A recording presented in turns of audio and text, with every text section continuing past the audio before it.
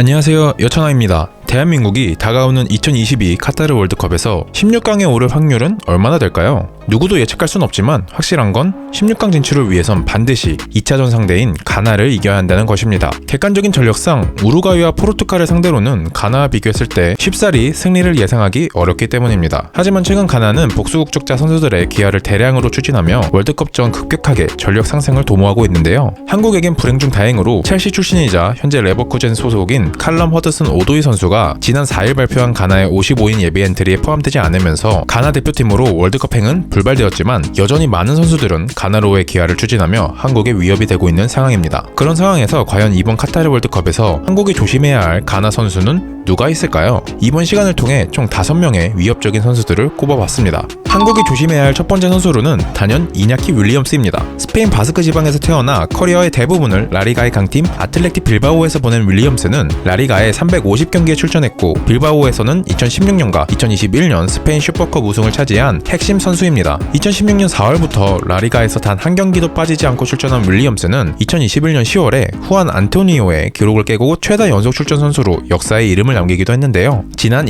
2016년에는 비센테 델 보스케 감독의 부름을 받고 스페인 대표로 보스니아 헤르체고비나와의 친선 경기에 출전해 A매치를 치르기도 했습니다. 가나인 아버지를 둔 윌리엄스는 지난 7월 가나 대표팀 소집 요청에 응했고 7월 열린 브라질전에 가나 유니폼을 입고 가나 대표로 데뷔하였는데요. 속도와 활동량을 두루 겸비한 스트라이커 윌리엄스는 역습과 1대1 상황에 강하기에 가나전에서 역습을 당할 때 한국 대표팀은 반드시 이냐키 윌리엄스 선수를 조심해야 할 것 같습니다. 한국이 조심해야 할 두 번째 선수는 EPL 브라이튼 소속의 타리크 램프티입니다. 2000년생의 아직은 어린 선수이지만 지난 시즌 EPL 30경기에 이어 이번 시즌도 벌써 10경기에 나서며 확실한 주전으로 올라선 램프티는 EPL에서도 눈에 띄는 빠른 주력과 공격력으로 많은 클럽들의 시선을 사로잡고 있는 떠오르는 오른쪽 풀백 선수입니다. 타고난 주력과 순간 속도만 기억에 날 정도로 무시무시한 스피드를 자랑하는 램프티는 본인도 자신의 스피드에 대한 자신감이 있어서 엔드라인까지 드리블을 친 다음 크로스를 올리는 걸 즐기는 플레이 스타일을 갖고 있는데요. 발밑과 기술 등 온더블도 좋은 편이라 간혹 윙으로 출전하기도 할 정도의 공격력을 갖고 있습니다. 이에 만약 한국의 공격이 끊겨 가나의 역습이 시작된다면 앞서 말한 이냐키와 더불어 램프티의 빠른 발 또한 주의해야 할 것으로 보입니다. 다만 163cm의 작은 신장에서도 느껴지는 것처럼 피지컬적인 약점이 분명해 몸싸움이나 제공권에서 약점이 존재하기에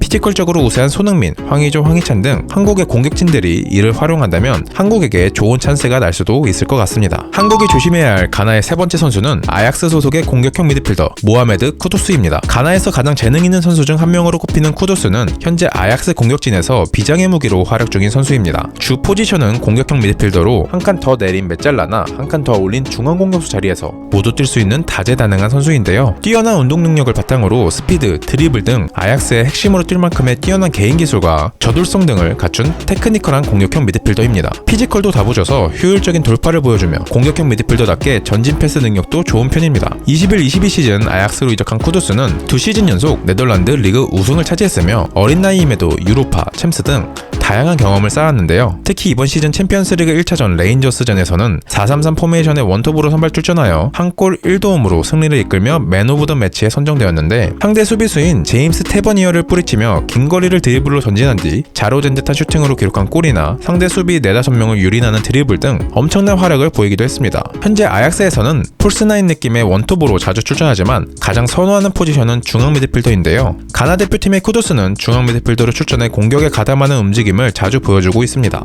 특히 카타르 월드컵에서 역습 기회를 많이 노릴 가나에게 쿠두스의 도전적인 패스와 전술 이해도는 절대적으로 필요한 능력이기에 가나의 핵심 선수로 월드컵에 출전할 예정입니다. 한국이 조심해야 할 가나의 네 번째 선수는 현재 아스날의 프리미어리그 1위 돌풍의 주역 중 한 명인 토마스 파티입니다. 아틀레티코 마드리드에 이어 아스날에서 뛰어 국내 팬들에게도 친숙한 파티는 단연 가나 중원의 핵심 선수입니다. 탄력적인 피지컬과 수비 능력을 갖추고 있으며 태클, 활동량, 제공권 경합 능력으로 풋백을 커버하는 데 능한 중앙 미드필더인데요. 이를 바탕으로 현재 아스날에서 그라니트 자카와 함께 단단한 중원을 꾸리며 아스날의 프리미어리그 1위 돌풍을 이끌고 있습니다. 활동량이나 적극적인 압박을 통한 중원 장악, 지능적인 협력 수비는 물론 1대1 대인 방어에도 능해 가끔 마이클 에시엔이 떠오르기도 하며 오른발 킥파워가 상당하여 중거리 슛 한 방으로 원더골을 뽑아내는 클러치 능력 또한 보유하고 있는데요. 기본적으로 볼을 뺏어오는 수비 능력과 선수가 중원을 씹어먹는 활동량과 피지컬이 탑재되어 있고 온더볼에서도 적재적소의 패스 능력과 전진 드리블, 가끔 터지는 중거리 슛까지 파티를 상대해야 하는 한국으로서는 매우 골치 아픈 선수가 될 예정입니다. 가나는 앞서 말씀드린 쿠두스가 뛰어난 공격 능력을 갖추고 있기에 쿠두스와 함께 중원을 꾸릴 파티는 쿠두스에 비해 다소 수비적인 역할로 뛸 것으로 예상되나 앞서 말한 공수를 아우르는 다양한 파티의 능력은 한국에게 매우 큰 부담감으로 작용할 것으로 보입니다. 한국이 조심해야 할 가나의 마지막 선수는 가나의 떠오르는 스타 파타우 이샤쿠입니다.